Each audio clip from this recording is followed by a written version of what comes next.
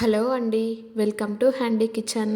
ఈరోజు ఎంతో సింపుల్‌గా చేసుకునేటటువంటి పొంగల్ని ఎలా చేయాలో చూయించబోతున్నానండి.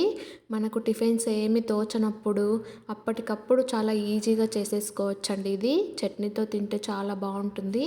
అందుకోసం ముందుగా ఒక కుక్కర్ తీసుకొని అందులో ఒక అర్ధ గ్లాస్ వరకు బియ్యము, ఇంకొక అర్ధ గ్లాస్ వరకు పెసరపప్పును తీసుకొని వాటర్ పోసి 1కి 3 సార్లు శుభ్రంగా వాష్ చేసుకోవాలండి.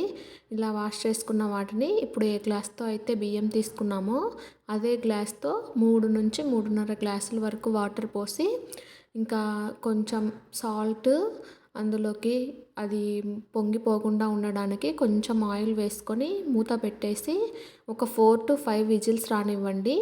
ఒక 4-5 విజిల్స్ తర్వాత చూసారా మొత్తం కూడా మెత్తబడిపోయి నీట్గా ఉడికిపోయింది.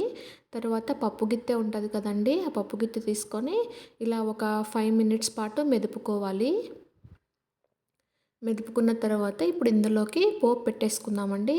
పోపు కోసం స్టవ్ మీద ఒక చిన్న పెనం పెట్టుకొని అందులో ఒక 5-6 టేబుల్ స్పూన్స్ వరకు ఆయిల్ వేసి ఒక 1 టేబుల్ స్పూన్ ఆవాలు, 1 టేబుల్ స్పూన్ జీలకర్ర, 1 టేబుల్ స్పూన్ మిరియాలండి.